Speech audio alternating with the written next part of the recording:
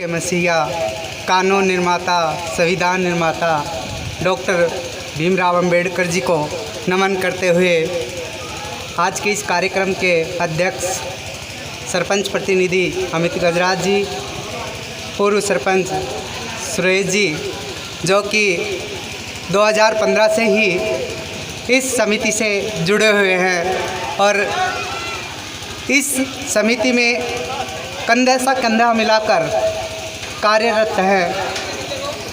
बाबा भैरवनाथ जी महाराज, मंच पर विराजमान एन साहब, ग्राम पंचायत वीर तेजाजी नगर के उप सरपंच भाई साहब मोहर सिंह जी एवं मेरे पिता तुल्य बुजुर्गों, माता बहनों, नौजवान साथियों, मैं आज इस समिति का गठन और इसके क्या उद्देश्य थे इसका थोड़ा सा वर्णन कर रहा हूँ। 1 जुलाई 2015 को डॉक्टर भीमराव अंबेडकर विचार मंच समिति भोजाकाबास का गठन किया गया। इसके मुख्य उद्देश्य थे समाज की जितनी भी कुरीतियाँ हैं उनका प्रखर विरोध किया जाए। उनमें जैसे मृत्यु भोज, दहेज प्रथा, घूंघट प्रथा और मेन उद्देश्य था शिक्षा का प्रचार और प्रसार करना।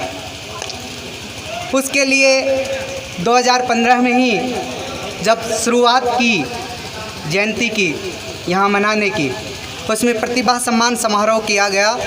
उसमें जब 2015 में यहाँ देखा SC ST के छात्र छात्राएँ 10वीं और 12वीं में केवल 60% पर हमें प्रतिभा सम्मान समारोह किया गया। उसके बाद में धीरे धीरे दूसरी जयंती पर प्रतिभा सम्मान के लिए 85 भी परसेंटेज रही। उसके बाद में बाई सीमा, जो कि भांखरी गांव में और शायद पावटा पंचायत समिति में अपने गांव का नाम रोशन किया, 92% 10वीं क्लास में रही। ये प्रतिभा सम्मान समारोह का ही एक मुख्य लक्ष्य था। और विशेष खुशी तो जब हुई जब पिछले वर्ष भाई साहब जयराम जी के सुपुत्र ने IIT में सिलेक्शन हुआ। जब यहाँ MLA साहब आए, उनका सम्मान किया गया बच्चे का, तो और बच्चों की ललक उत्पन्न हुई।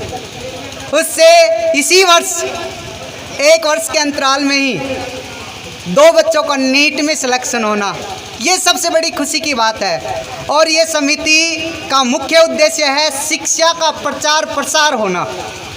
अब MLA साहब के द्वारा अंबेडकर भवन के लिए 7 लाख रुपए स्वीकृत कर दिए गए हैं और ज़मीन भी SDM साहब ने 12 तारीख को हम गए थे तो वो बोल रहे थे कि सोमवार तक आदेश कर दिए जाएंगे।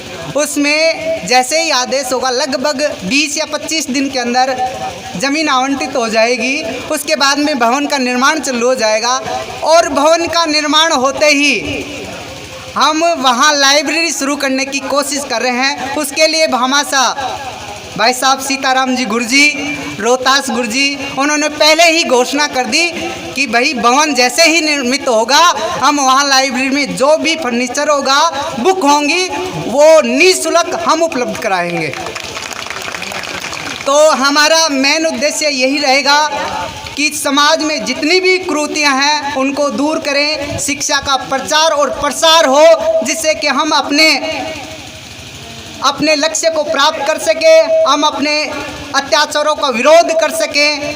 यही हमारी कामना है। और आप यहाँ पधारे, आपने जो सहयोग किया उसका मैं समिति के अध्यक्ष के होने के नाते आपका बहुत बहुत स्वागत करता हूँ और कार्यकारिणी के सभी सदस्यों के द्वारा आपका तहे दिल से अभिनंदन है। मैं इतना कहकर ही अपना स्थान ग्रहण करता हूँ।